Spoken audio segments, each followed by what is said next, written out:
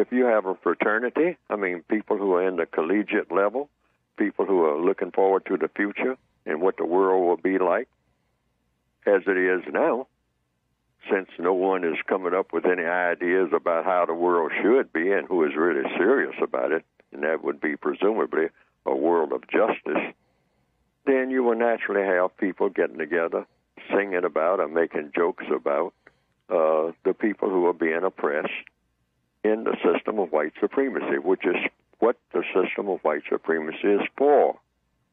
We should understand that. We can't seem to get that in our heads, that there's some other mysterious government that's dominating the planet.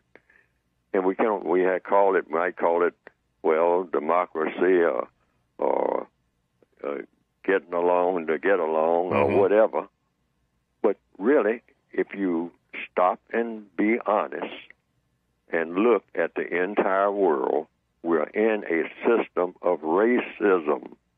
That's the world government, the entire government of the entire world. Now, I don't know what people have been saying. You remarked on the air earlier that people were calling in and saying Neely Fuller doesn't know what he's talking about. Well, don't listen to Neely Fuller. Let the white supremacists tell you what kind of world we are in. Because these are the people that hire the people who are criticizing Neely Fuller. Neely Fuller doesn't hire anybody. Neely Fuller is just another prisoner of war.